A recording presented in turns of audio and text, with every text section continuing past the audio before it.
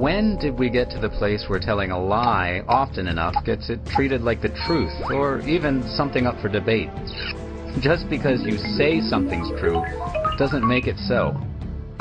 You are blue. You are a pony. You are a pony! Take the war in Iraq. The truth is, Iraq had nothing to do with September 11th. Let's repeat that.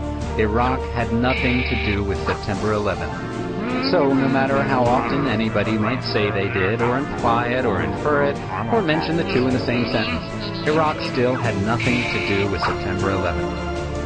Okay, what about Saddam Hussein?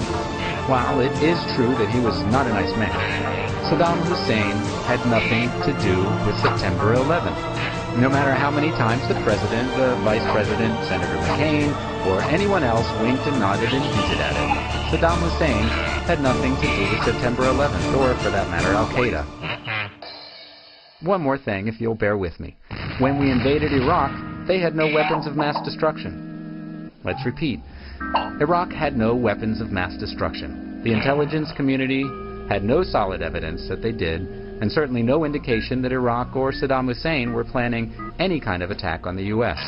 Anyone who told you otherwise was lying. So Iraq and Saddam Hussein had nothing to do with September 11th or Al-Qaeda. They had no weapons of mass destruction, or any plans to attack the U.S. The truth is, Iraq didn't pose any real threat to us. Why then, on the very day of the attacks, did John McCain start arguing for an invasion of Iraq? Why did Bush and McCain repeatedly try to connect Iraq, Saddam Hussein, and September 11th when their own intelligence told them there was no connection? Good question. Whatever their real reasons, the outcome is clear. Over 4,000 American soldiers are dead.